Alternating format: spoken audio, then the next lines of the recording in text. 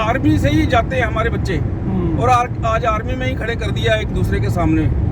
वो भी तो किसी की माँ के बच्चे हैं। उनके साथ खड़े थे, जब वो रो पड़े थे तो पंजाब से ट्रैक्टर वापस हो गए थे। सारा पंजाब से ट्रैक्टर वापस हो गया था जब वापस आ रहा था उनको छोड़ के।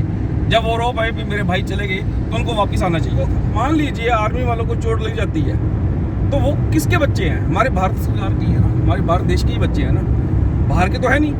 तो सबसे बड़ी मजबूरी है कि सरकार पॉलिटिक्स संसद भवन में करे, विधानसभा में करे, सड़कों पे थोड़ी ना पॉलिटिक्स करनी है। किसान आज भी अपना हक मांग रहा है तो ये एक निम्रता पूर्वक जाना चाहता है दिल्ली, तो क्या दिक्कत है हरियाणा गवर्नमेंट को? कोई दिक्कत नहीं होनी चाहिए। देश को देखना चाहिए कि किस तरफ जा रहा है। हम आने वाली पीढ़ियों को क्या कहेंगे, इतिहास क्या कहेगा कि ये गवर्नमेंट के ये काम थे। एक जलियांवाला बाग हुआ था, आज तक दुनिया याद रखती है। सरकार ये तो नहीं बनाना चाह रही, कहाँ यही तो नहीं जलियांवाला बाग बनाना चाह रही।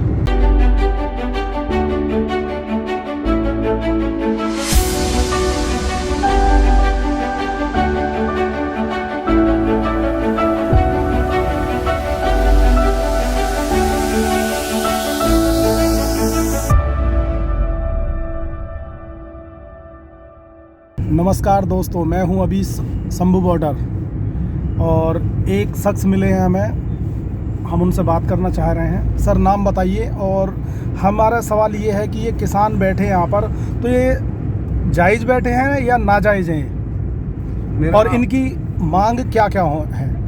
मेरा नाम संजय वालिया, राजपुरा से हूँ मैं जी। और जो ये किसान भाई हमारे बैठे हैं यहाँ पे, हाँ, ये अपनी वैसे तो मांग तो सरकार को करनी चाहिए थी कि हमें ज़्यादा अनाज दें, ज़्यादा सब कुछ दें जी। जब सब कुछ दे रहे हैं तो फिर उनका रेट क्यों नहीं दे रहे, उसका MSP क्यों नहीं दे रही जी। इनकी जो बनती कार्रवाई है इन पे क्यों नहीं होती? इनको देना चाहिए जी।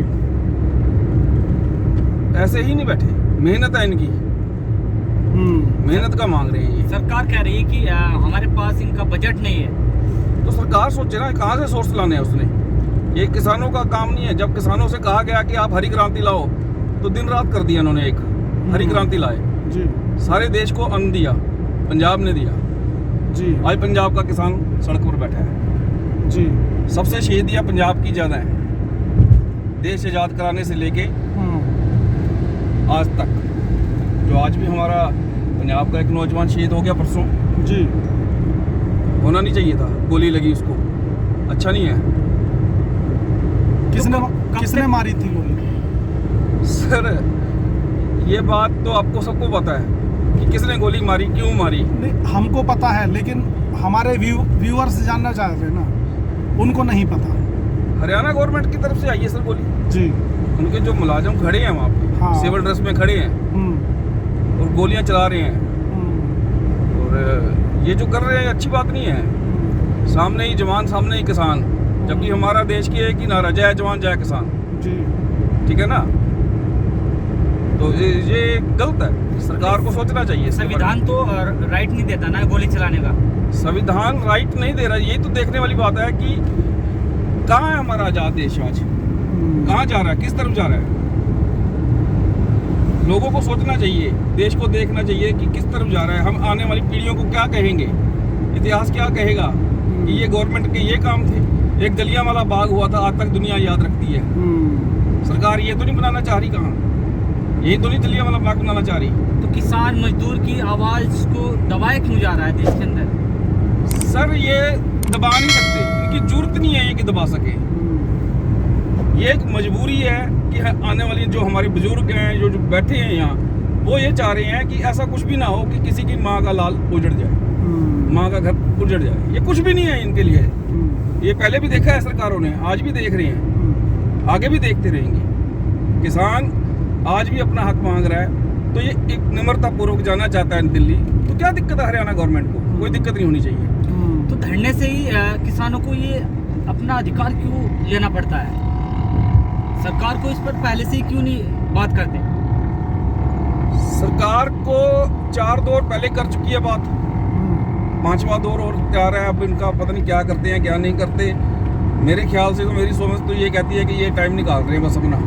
2 साल पहले किसान धरने पर बैठा था, एक 13 महीने के लगभग किसान, उसके बाद और उसमें कितने आश्वासन दिया गया था, फिर उसके बाद चर्चा क्यों नहीं हुई? और उसके दौरान हमारे कितने किसान भाई शहीद हुए, उन परिवारों का क्या बना, उनके घर में क्या है आज, उसकी भी तो जिम्मेदारी सरकार की है ना। क्यों बच्चों को ऐसे उकसा रही है, क्यों बच्चों को लड़ाने के लिए आर्मी से ही जाते हैं हमारे बच्चे, और आज आर्मी में ही खड़े कर दिया एक दूसरे के सामने।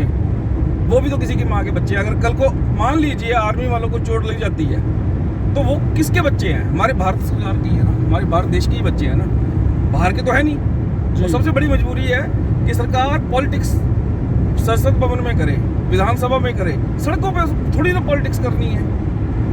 ये लोग तो नाम दे रहे हैं ना कि लोग यहाँ पर पॉलिटिक्स कर रहे हैं, जबकि ऐसा मैंने कोई देखा है यहाँ पर नहीं, 50,000 के लगभग यहाँ पर किसान लोग बैठे हैं। बिल्कुल बिल्कुल है सर, और भी आएंगे। अगर ये बात नहीं बनी तो और भी आएंगे, ज्यादा से ज्यादा आएंगे, गांव से निकल के आएंगे, क्योंकि पंजाब के वो लोग अपना हक मांग रहे हैं, कोई भीख नहीं मांग रहे।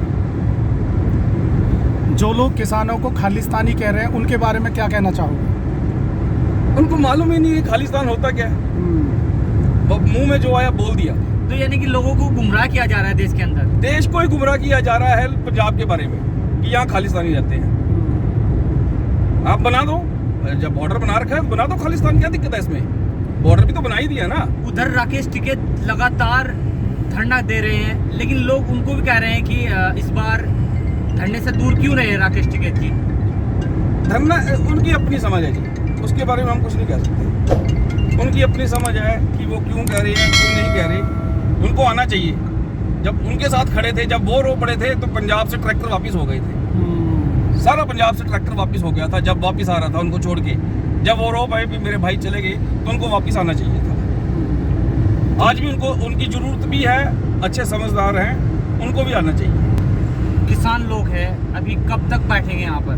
जब तक इनको अपना हक नहीं मिलता तब तक बैठेंगे।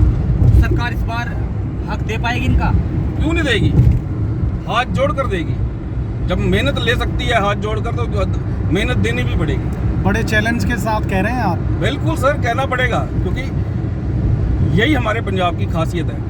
अच्छा, हाथ जोड़ना है, पहले हाथ जोड़ना है, दूसरी बार भी हाथ जोड़ना है। हमारे गुरु साहिबानों ने यही सिखाया है हम लोगों को, पंजाबियों को, कि अपना प्यार से रहो, प्यार से स्टेट को बढ़ाओ, ऐसे नहीं। अभी क्या है कि आलू की कीमत बाजार में देखिए क्या है जी, और लेस का पैकेट क्या है। हवा बेच रहे हैं वो। लेस एक पैकेट में हवा भर दे। हाँ, आलू क्या रेट है, लेस का पैकेट क्या रेट है? 20 रुपए का 50 ग्राम है शायद, और किलो 1 केजी देख लिए, और आलू की क्या कीमत है, और उस पे क्या है MSP क्या है। ये बड़े बड़े घराने जो जुड़े हुए हैं इनके साथ, अडानी अंबानी, सब यही चाहते हैं कि जो बोलने वाला है उसको बोलना नहीं दीजिए। कॉर्पोरेट हाउस को भी देखना चाहिए कि इनकी इतनी मेहनत है, आप बेचो, कोई दिक्कत वाली बात नहीं है। तो सरकार आपसे जो खरीदेगी MSP पर, उसको भी तो कहीं ना कहीं लेके बेनिफिट में जाएगी ना सरकार भी?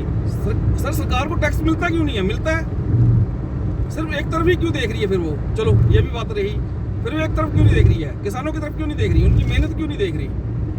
अगर आज उनको अच्छा मार्जिन मिल रहा होता तो सड़कों पे होते।